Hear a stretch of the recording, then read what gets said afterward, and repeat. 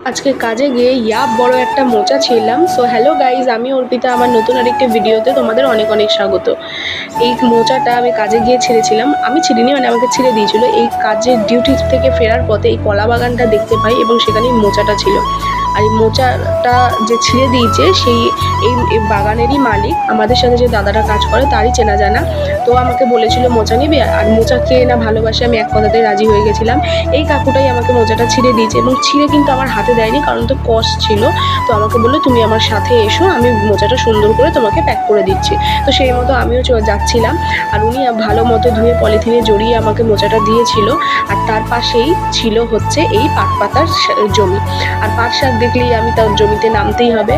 কিন্তু দুঃখের বিষয়, এখানে কেউ ছিল না যে আমাকে পাট শাক ছিঁড়ে দেবে, আর আমি এই প্রসেসও জানতাম না কিভাবে তোলে। ওরা অন্য পদ্ধতিতে তোলে। তো আমাকে একটা একটা করে পাতা ছিঁড়ে নিতে হচ্ছিলো, কারণ ডগ ছেঁড়া যাবে না। তো আমার অত ধৈর্য নেই, কয়েকটা পাতা আমি ছিঁড়েছি অনেকক্ষণ টাইম ধরে ধরে। আর ভয়ও লাগছিল, কারণ যদি কিছু চলে আসে আবার। তো অনেক খাটাখাটনির পর এই কটাই পাট শাক আমি তুলি। পাট শাক তোলার পরে তার পাশেই ছিল আম বাগান।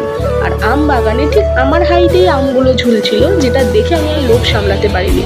আমিও গিয়ে টপার টপ কয়েকটা আম তুলে নিই। আর পাশে যে দাদাটা আমার সাথে কাজ করেছে, ও আমাকে বারবার বলছিল আম তুলিস না, এত আম তুলিস না, একটা দুটো নে। কিন্তু কে শোনে কার কথা, আমি তো নিজের মতো আম কুড়িয়েই যাচ্ছিলাম। আর কারণ আমি হয়তো আম নিয়ে চলে যাব, বকাটা ওকেই খেতে হবে, ওদেরই সব চেনা জানা, যতই হোক এগুলো ব্যবসার জিনিস। তো আমি বেশি নিইনি, 4-5টা মতো আম তুলেছিলাম। আর ও চিল্লামিল্লি করছিল তুলিস না তুলিস না। আমিও নিজের মতো নিজে তুলে বেরিয়ে এসেছিলাম, দিয়ে আর তুলিনি।